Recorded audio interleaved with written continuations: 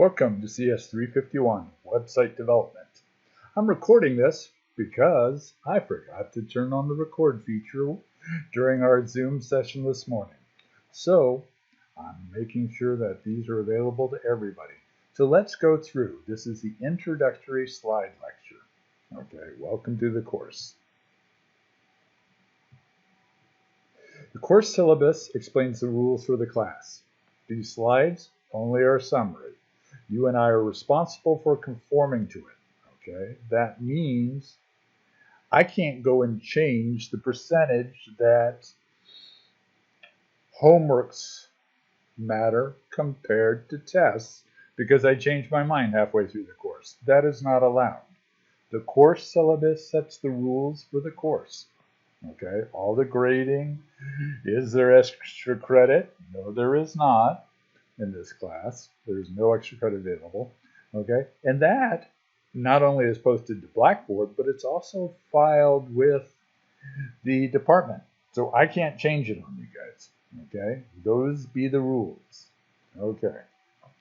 Who am I? I'm Dr. Greg Bernstein. You can call me Dr. B. You can call me Dr. Bernstein. You can call me Professor P. Just we'll keep it not that formal. Okay, live lectures are going to be at 8 a.m. to 9:15 a.m. I will always start on time. The trouble is getting me to shut up. Okay, office hours. Monday, Wednesday, 9:30 a.m. to 10:45 a.m. for all my classes. I'm teaching through the semester. The course website. Okay, you want to go there. Okay. And particularly the course materials part, and you'll see I have links. That's how I get there quickly. This is where all your assignments and an up-to-date working schedule, all the materials, all these lectures are just a link away, okay? And the homework, okay? I make everything but some of the CSU East Bay private materials like links to the repo, like anything that's particular to us, okay, I'll do via Blackboard, okay. Warning, this is a programming class. We're going to use industry standard tools. Why learn something that's not going to be any benefit, okay, that you're going to have to install and use. The assignments, depending on whether you've used or not you've used any of those two tools before, may seem very simple. Okay, the first assignment is all about just getting up and going with get and get up. Okay, next one will be more HTML basics. Okay, but they're going to start to build and expand on each other and use stuff from the previous assignments. It's a programming class. Okay, no, it's not a theory class. I love theory. Okay, but this is a programming class. So what is the catalog description? Website development, emphasizing presentation layer with client-side and service. Presentation layer. I don't even know what that means. In the ISO model of networking, there's a presentation layer. I do not know what they really mean by that here. Okay. CGI server-side programming. This was written a while back. Okay. So before we get into what we're really going to do, let's say what the prerequisites are. You've had to have a data structures class, or CS301. You don't get to take CS301 until you've had a couple programming class. So basically, this is going to be a course on web development for computer science students who are familiar with at least one programming language and has had a course on data structures and algorithms. Okay, that's going to mean you're a little bit more sophisticated than somebody that's going to go out and look at some of these materials that may be out there. For somebody who's never programmed before who wants to become a web developer, okay? While on the other hand, there may be courses out there for experienced web developers. You're not there yet, okay? But you still may have more computer science background than some of those people. My take on this course: Introduction to Full Stack Web Development. That's what we're going to do. That gets you a good start. Okay, we'll see what in a sec what other people think you should know. Okay, I'm just going to do a quick check to make sure we're recording. Yes, we are. Okay, introduction to full stack web development. What does that include? It includes the stuff that runs in the browser or in the mobile platform. Okay, we're not doing Android or things like that. I mean mobile browsers or tablet browsers. We take that into account. The back end, the servers, whatever it is that they do. Okay, we're going to learn about that. And in particular, we need to understand networking because the web is based on the network. Okay, it's based on the internet. We got to be able to use that just so we can configure some of our development environments. Okay, so what are you going to be able to do? You're going to be able to produce styled web pages, web-based graphical user interfaces. That's can be a lot more intense. Multi-page, meaning up to very large. You don't have to make. We won't make a huge page website in this class, but you will learn the tools for making large sites, for automating it. Okay, no onesie twosie page by hand. Yes, right at the beginning, but you're going to learn how to do multi-page static sites. We're also going to learn how to make apps that only really need the front end to run. Okay, we don't need really a server. What are we going to learn? We're going to learn the tools and techniques for doing that. HTML and its document object model, cascading style sheet, CSS, JavaScript, the modern version of it, and a modern front-end library. For us, that's going to be React. Okay, that's how we're going to get to those front-end objectives. Our back-end objectives is we need to understand networking for web developers. Not general networking, that's another class. I've taught it a number of times. I've taught graduate networking. We're not doing that. We're going to do the minimal that you need to understand about networking to be a decent web developer. Okay? You're going to learn the roles and functions of web servers and server frameworks. You're going to be able to create custom web servers, a ton of them, easy peasy, with Node.js and a framework known as Express.js, which is very popular. Okay, you're going to learn about basic security concepts. Okay, so you can. Okay, security is a deep subject, but we need to understand a bit because careless programming on our part can undo all the best security precautions being taken otherwise in a website. Okay, we're going to create a multi-user website utilizing password-based authentication. Okay, we're not going to go with other external services, and we're not going to go with two-factor authentication, just basic password authentication. The rest is something you'll do more with security or you'll learn. Okay. Experience. What kind of experiences are you going to have? Are you going to get out of this? As part of your programming in this class, you're going to use procedural, object-oriented, and functional programming techniques. Not for the sake of doing object-oriented programming or functional programming, but because those are the best techniques to apply to certain problems that we will encounter. One of the first things you'd see in an advanced React tutorial is you'd see them apply some functional programming techniques using some nifty features that are baked into JavaScript arrays. That would freak you out if you never knew what it was about and stuff like that. We're going to just show you it's an easier way to do loops that's less error prone. Okay, there's a good reason for these things. They just look weird when you haven't seen them before. We're going to learn about asynchronous programming, and we're going to use two techniques. Okay, something called callbacks, which we'll also need for our GUIs, and promises that we have to use so we can use some network interfaces. Okay. Other tools that are very common, Markdown, Node.js, NPM, browser development tools, and this like. Okay. This is by the end of the course. Not all at once, not all this week or next week. Okay. Other experience objectives. You are going to learn real software integration and debugging. We have to. Why? Because we're going to be working across multiple file types and technologies. Okay, you're going to be working with HTML, CSS, and JavaScript. Your JavaScript is going to care about what's in your CSS and HTML file, and so is your CSS. Your JavaScript may be able to do things that are based on what might be in your CSS file. This is when we make sliding panels, open up things that look like dialog boxes, and things like that. Okay. In addition, as if you attended the first class session and just watching this for fun, you'll also see that network integration debugging across the network is a challenge. You saw my classroom app that I had written crash. It didn't crash for you guys, it only crashed for me. Turned out it wasn't a problem with the server, it was a problem with the app, but only a part of the app that I was using. Schedule. The course schedule is posted with the course materials.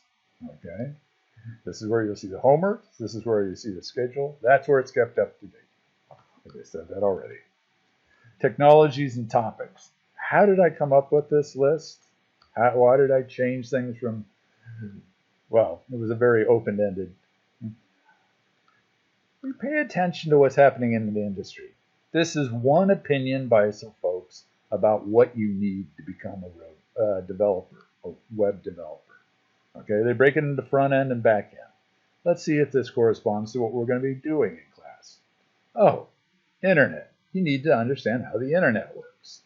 What's HTTP? Okay, DNS, hosting, blah, blah, blah. We're going to need that stuff so we can deploy our projects.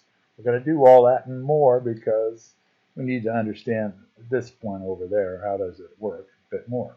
HTML, CSS, and JavaScript forms the core.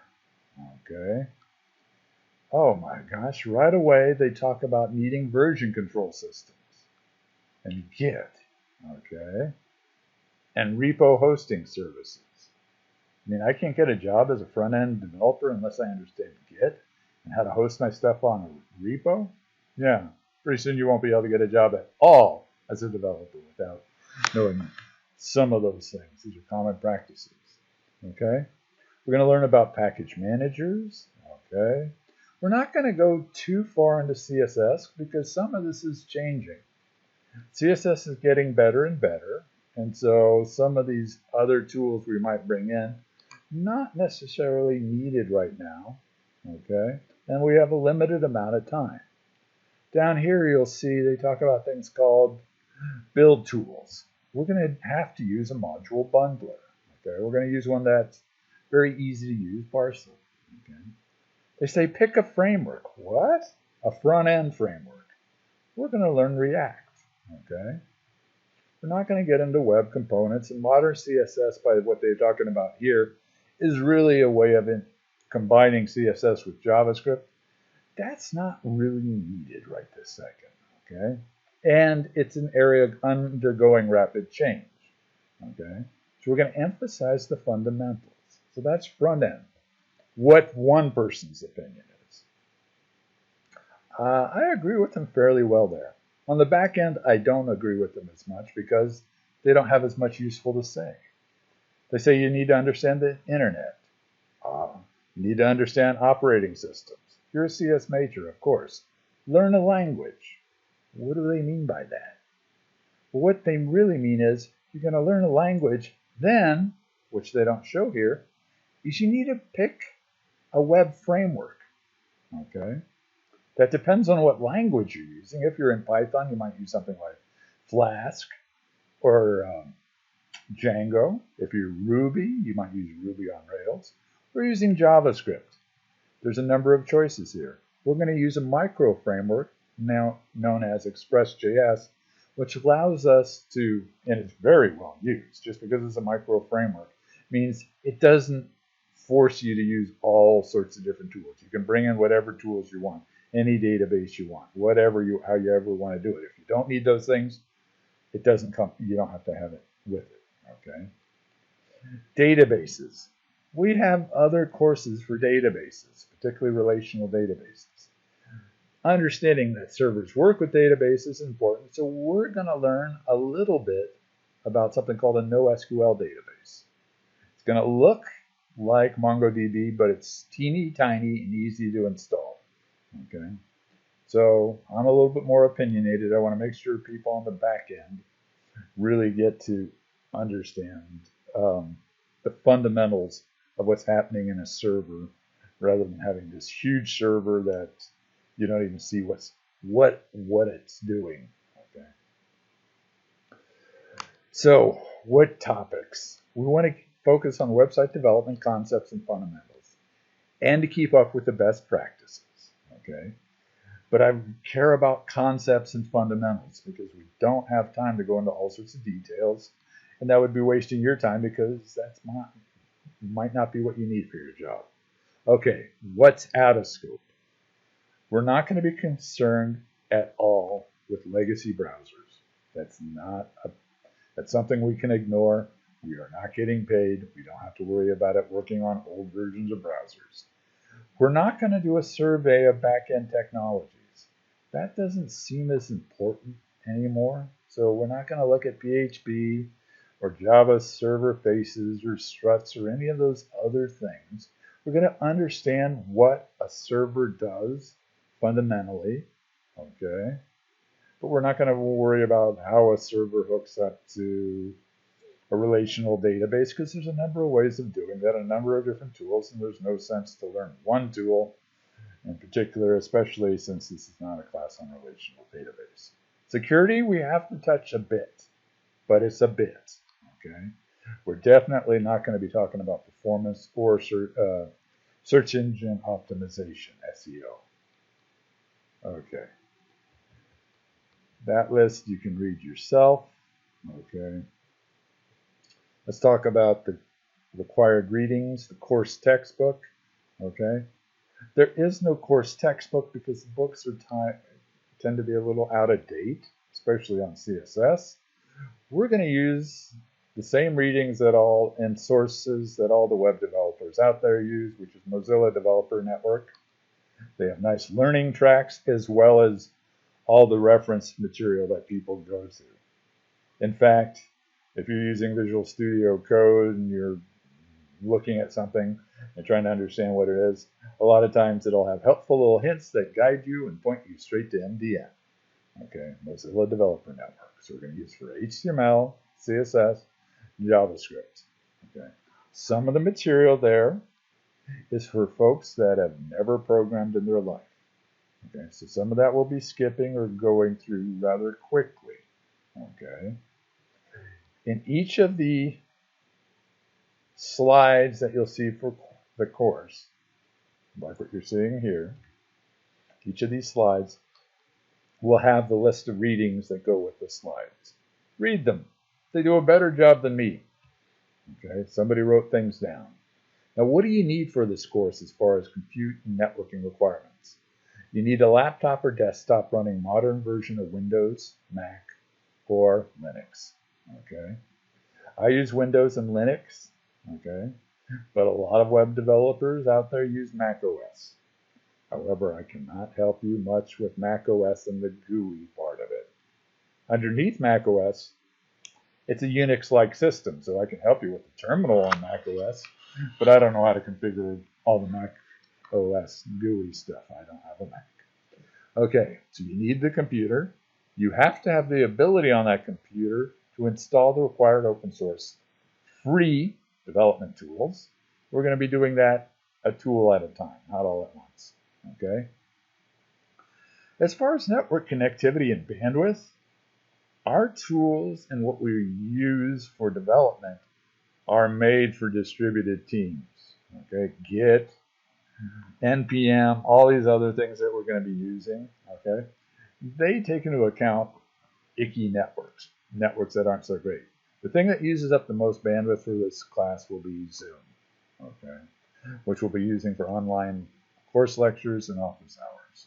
So as far as the tools in doing the assignments, that part of the learning, your internet connection doesn't have to be anything like what you need to attend the Zoom lecture. Okay, Faster is always better, but we're programmers. We always want a faster internet. Required software. Okay? We're going to use industry standard tools. Okay? Nothing that people aren't using there. That means it's easy to Google help. Okay? You're responsible for installing on these tools, okay, on your computers. They're all free. They're all open source. They're all well used. We're not using anything weird or strange, okay? Your development environment is your responsibility. I can't configure your computer for you. I can't even touch your computer. I can try and help you a bit in office hours. It's very difficult to try and help people with installs via emails. I can try a bit, okay? I also encourage students to help each other with their development environments, okay? Most problems encountered with computer software or networks do not excuse late submissions. The network went down. Wait a second.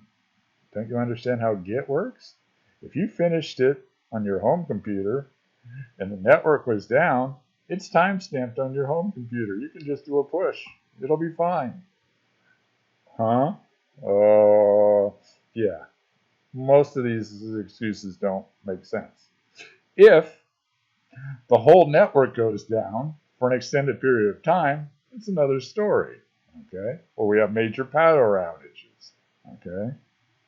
I'm not heartless, but if somebody's going to start the homework assignment 2 hours before it's due and it involves installing a tool they've never used in their life, yikes, that doesn't work. The closer to a deadline, the less the software wants to behave. We all know this, and if you haven't learned this, try doing a demo for a bunch of venture capitalists. I guarantee you will want to rehearse it and rehearse it and rehearse it and have backup plans and such like that. Okay, web browsers. Need an up-to-date version of Chrome and Firefox. They're very good about updating themselves. The desktop and laptop versions of Chrome and Firefox contain debugging tools. What do I mean by that? Yep, I did one little hotkey.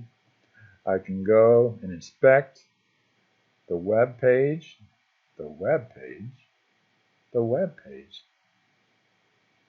This isn't PowerPoint. It's a web page. Okay? It's all written in HTML. Okay? I can look at things. I have a development console here. I got debugging. I don't have any code to show you right here. I can do networking stuff. I can edit styles and stuff like that for styling things, etc., etc. By the time we're done with this class, you'll use almost all of these except performance, probably memory because that's related. We'll even use storage a bit. Any others in there? We're going to add one in there actually for React development tools. You'll know what all those are for and such and be familiar with using them. So you don't have to go get anything. Okay? This is our development environment. You're going to need a good code editor. We're going to be using version control. Every programmer should be using version control. We're going to use Git in this class. Then we need a private way to share all your work because you're going to make websites. Websites consist of lots of files and such like that. Can't do that very easily with Blackboard, so we're going to use that with GitHub.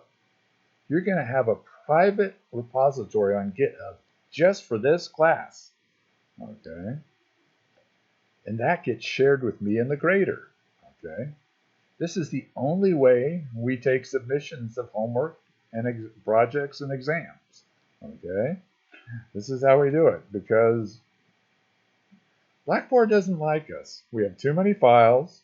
We have files that Blackboard doesn't like JavaScript and CSS files. It's kind of okay-ish with HTML, but not great. And we have a lot of them. Okay? It's really hard to deal with zip files back and forth. You need a good code editor.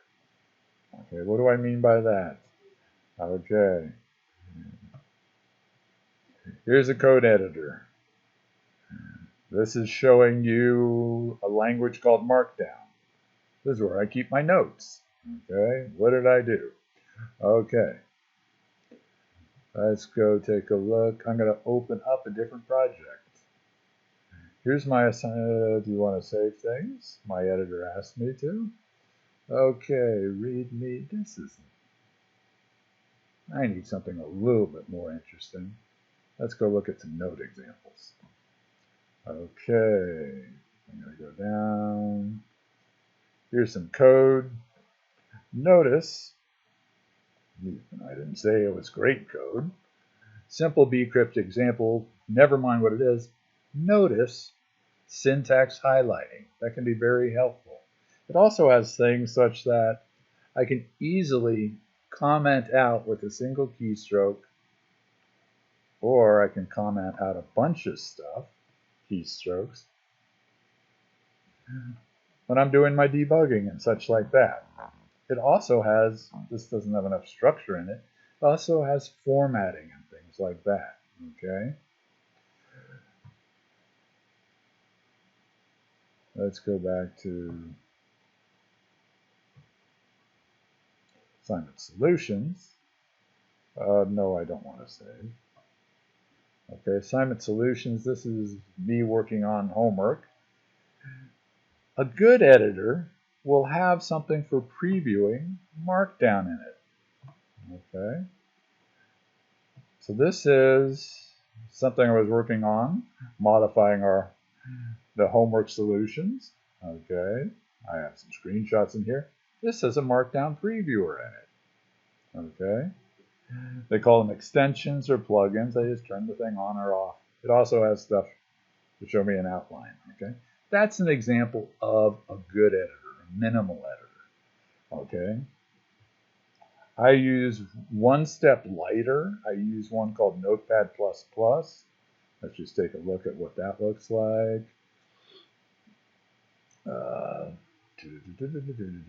Examples. Let's okay, but oops, that doesn't have much in it.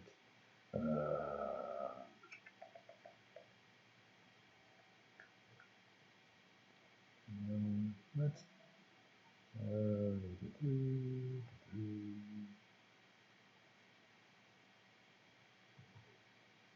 okay.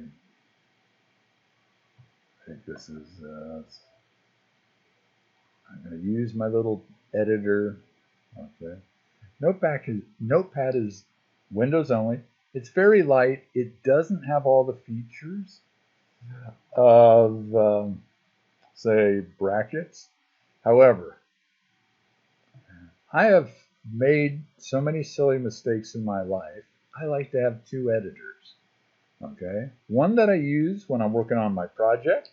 So let's say it's brackets. And then one that I use, that's not brackets. One that I use when I open up files to look at to help me with my project, because I've gotten confused and edited the wrong files because they have similar names, and then all of a sudden, why isn't this working? Why isn't it working? Well, I edited the file in some other directory somewhere that I was using for reference. Okay, so it's nice to have a little small editor that you can bring up quickly. Okay, we were talking about editors. Okay, this is expanded. I didn't talk about all this stuff. Show these things. Visual Studio Code, the big boy. Atom's a big boy too. I've switched pretty much to Visual Studio Code off Atom. I do use PyCharm for my Python work. This is an example of Visual Studio Code. Okay. I'm showing you some app stuff here. This is some React stuff, blah, blah, blah, blah, blah. If I go here and change something, hi all, we'll see that somebody knows I've changed stuff. Okay. I'm under version control here. This is the classroom app thing I've been showing people. Okay. Oops.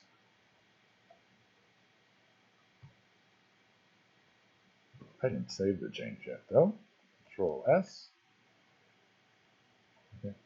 Now, Visual Studio Code has not all of it, but it's got some Git capabilities built into it. Other editors do too. Okay, so this allows me to, do I want to stage this change? We're going to learn about all this stuff later. Okay, commit changes.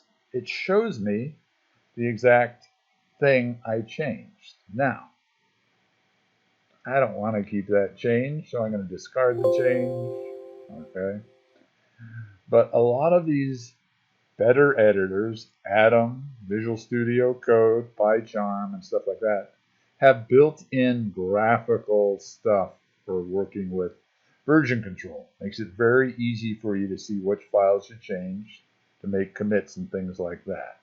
Okay, you don't need to use a huge editor. Okay, you don't want to. I get fined. I did almost every assignment in this class. I did every assignment in this class just with brackets and a command line git, okay, to prove it can be done. Okay, but good editors can help a lot. Let's get back to where we were. To try and get this thing finished, we need our, okay, code editors. Okay, later in the course, you do not need to download any of this yet. We'll be using Node and NPM. Okay, not nearly as big as Visual Studio Code or anything like that. This allows you to run JavaScript on the server. In addition, with its package manager, it'll allow us to get libraries that we're going to use to help us build things and tools. Okay, let's get down to the real procedural stuff here. Class assessment, course assessment, and procedures. How do I assess things? Okay, in this class, I do care a lot about things working. However, all assignments, projects, and exam grading is based on the techniques, procedures, and styles taught in this class, which means credit may not be given to random solutions obtained via the internet, even if they work. There's no debating this, okay? If you don't like that, there's nothing I'm going to change about that. I've gone through this enough times. I'm teaching ways to do these things that are based on modern techniques, not something you just got off Google, okay? And I'm doing some of the techniques to avoid us having to learn too many things or use special weird settings that aren't standard yet. I had a student one time submit an exam where it's like, oh, well, it works for me. I go, it doesn't work for me. Oh, well, I had to use this mechanism. We never learned that in class. Oh, you've got to update your Babel RC build thing. I go, never again. It's going to be based on techniques we learn in class. Okay? But professor, what if I have a better way? If you believe you have a superior technique for solving a problem, discuss it with me prior to using it on an assignment or an exam. I may choose to use it in the course and teach it to everybody else. Let's not keep it a secret. If it's used after the fact, you didn't tell me ahead of time, I may or may not give you any credit for it. Okay? Now, I spot check, me and the grader spot check the assignments, the weekly assignments. So just because you get credit on a problem using some technique you pulled off the internet does not mean we're endorsing the technique or that it's okay. You didn't mark it off on the homework. No, we don't have time to look at all your detailed code. Okay? That's a different thing. There's the assignments, then there's going to be a detailed code review. Okay, that's a different thing. Assignments are worth a lot because that's how you learn this stuff. 35%. We don't have any good way of doing proctored exams. There's no way to do that. So I'm going to give credit where the credit's due. Doing the assignments. Okay. I used to give more credit on the exams because That's where I can make sure that people actually did their own stuff, and people want to complain that those guys cheated. We have no way of checking that stuff. Okay, you're going to get weekly assignments pretty much. Okay, you'll get a reminder through Blackboard. The assignments themselves are going to be posted to that course materials website. Okay, all the work in this class will be turned in not through Blackboard, but through your GitHub repository. This is just like you do on the job. You'll do a commit locally, and then you'll push up to your repo, okay? And you're going to get to commit a lot. I do not put any limitations on when you can commit. Every time you commit and push, you guarantee that your work is safe off-site, okay? Meaning you have it on your computer, and all your work's safe on GitHub's computers, okay? This does not cost you anything. Assignments, okay? I'm not going to take any email submissions or Blackboard submissions, okay? You can't send me a zip of all your files and say, I can't figure out Git. That's part of the class. That's the main point of assignment number 1, is getting competent enough to turn in assignments with Git. Don't have to go do much more, okay? After the first assignment, I'm going to teach you about branches. And I'm going to give you the branch names. They have to be done exactly. That means by case, exactly, okay? Because I have an automated tool that helps me visit those branches in your repository to make it easy for me and the grader, if I get one, to grade things. If it's not followed exactly, it's not going to be graded.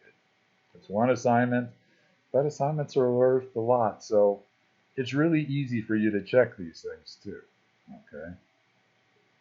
So I don't feel bad about being picky, because you can pre-check all your stuff, okay, to make sure it's right. Okay, a randomly selected subset of the problems will be graded for each assignment. Okay, we don't have time for the assignments to look at everything. Okay, there'll be a midterm about a third of the way into the course. It'll be a time-limited thing. You'll get a 2-hour block. It'll be released at a particular time. Okay, so Blackboard is good at releasing exams at a particular time. You'll get it as a zip. Okay, then you go off and do it, and you submit it via Git. Okay, I know the time it gets released, and with Git, I see the time it gets checked in. Okay, I don't have to sit there and go, time's up, time's up, time's up. You get the exam at a certain time. Okay, it's got to be turned in 2 hours later or whatever we set as the time limit. Okay, for those that need to take the exam at a different time, that's not an issue. You just have to tell me ahead of time, and I've learned I can have Blackboard release it to you at a different time. Okay, you still get the same amount of time to complete it, though. I look at the time you were given the exam and the time you submitted it. If it comes in after the fact, you don't get credit. That's why you might as well commit and push as much as you want up to that deadline. Okay. Now, we only have time to spot check homeworks. Okay, but I like to give you credit for ongoing work, because that's where you learn everything. Okay, 2/3 into the course, okay, after the halfway point, I'm going to tell you code quality matters. Okay, keeping your directories organized and logical for for the project stuff you're doing matters. Okay, because about 2/3 into the course, okay, I'm going to start going through people's code and really looking at your code. Okay, I'll give you the criteria and everything ahead of time. I'll be writing it down as I see common mistakes as we're going on through the first half of the course. Okay, so you'll know. And I'm going to review your code for the project we're working on, which by that time will probably be the server side, fairly complete server, okay, of functionality. Okay, and I'll probably schedule at your convenience like a 15 to 30 minute online little talk where we kind of go over your code and make sure that you understand what you did. they'll explain to you what it did and how it works. Okay, nothing too stressful. Okay, but it's always good if you understand what you wrote down and what you submitted. Okay, so that's going to be looking at your code in depth. Okay, doing all the homework problems and getting them in is a real good thing. Okay, but sometimes we don't even take off for an incorrect homework problem. It's a matter of doing it. Okay, to check the homework problem to see what the right answer was, you'll look at my solutions that I'll publish within a week or so after it's due, or sooner. Okay, finals only 15%. It's going to look like that midterm. Okay, it's going to cover the last little bit of stuff that you don't have time to work on elaborate programming assignments for. Okay, so this for us will probably be covering some pretty good React functionality. So you'll be showing me that you know how to build within a certain amount of time some minimalistic but useful GUIs made out of React. Okay, that's what we'll be doing by that time. Class participation counts 5%. Okay, this is gonna. I don't have an exact formula for this. Okay, how can you get class participation? Attending and responding and participating in our Zoom class sessions. I'm going to be doing polls and questions throughout. Okay, asking questions, participating in a discussion. But professor, I can't make it to class all the time. That's right. A lot of people commute in this class. There's a lot of other things that can interfere with you being able to attend class. However, there's lots of things that you can do to participate. Okay, find mistakes. I've already had people find some mistakes in the first homework assignment. Tell me about course materials that have issues. Unclear, misspelling, broken length. And it can be minor, it can be major issues. Okay, broken things on the website or Blackboard posts. Suggesting improvements. Okay, if we're in office hours and come by office hours, that counts. If we're in office hours and you help another student, that counts a whole ton. Okay, so there's plenty of stuff that we can do besides just class participation in our lecture period. Okay, grading. You just saw it, 35% assignments, 15% midterm, 30% code review, 15% final, and nobody got to see this ahead of time to catch my error, 5% for class participation. Standard curvy kind of stuff, except I will be curving things into this. Okay. Class courtesies, please read these various things, how to behave with muting and stuff like that. Office hours. Please come to office hours as much as possible, as much as you feel like it. Come hang out, just be on the thing, do your homework. I used to have people just come to my office hours in person, pull out their laptop and say, I don't have any questions, but I'm starting the assignment right now. Mind if I ask you questions as I go along? And I go, no problem. Okay. The only time that things get sometimes a little bit, I will have to be a little bit more rigorous, is when we have a bunch of people in prior to a test or prior to an assignment, and I'm going to try and make sure that everybody gets a chance to ask a question. Okay. Email etiquette. Please read these things. You don't need me to read this out loud. General information. Okay. By enrolling in this class, agreeing not to cheat. All the different meanings of cheating. Okay. So plagiarism, turning in other people's work as your own, paying somebody else to do your work and stuff like that is explained here. Okay. I have seen my commons in computer sciences to pay somebody else to do your assignments. Really not very helpful for your education.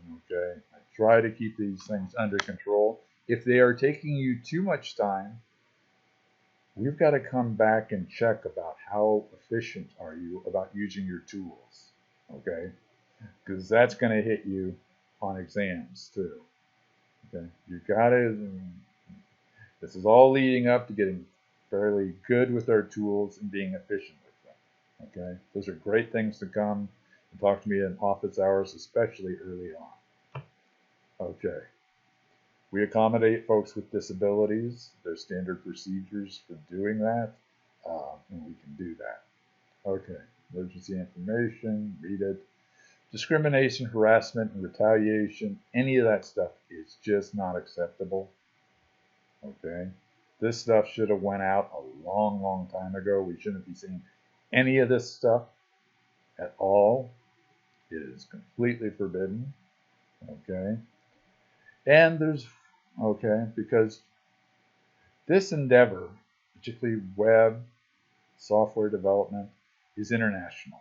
You're going to be working with people from around the world, teams from around the world, and things like that. So nothing based on race, nothing based on ethnicity, religion, sexual preference. All those things are just completely forbidden as far as discriminate, as using as a basis for anything. Okay. The other thing folks should think about is you're going to be dealing with people that think in different ways. Okay. You don't need a team of people that all are great algorithm people. You may need a team that have people that are good with graphics and visualization stuff. You may have a team with a graphic artist on it. Don't make fun of the graphic artist for not being a JavaScript whiz. Doesn't make any sense. That's not their role. Okay? And you'll find that you'll have people that may have good extra skills on a team. Good managers will take that into account. You find somebody that has a bent for the artistic side and is willing to help out on some of those things so you don't have to bring an external artist in. Great. Okay? Diversity is strength on a team. Okay? So no discrimination should be going on. If you're encountering anything like that, you should be reporting it to someone. If it has to be me, whatever. Okay? This is not acceptable. Okay. Student conduct. Read the stuff. Be nice to each other. We're all trying to learn and work together. Be nice to me too. Doesn't hurt. Okay.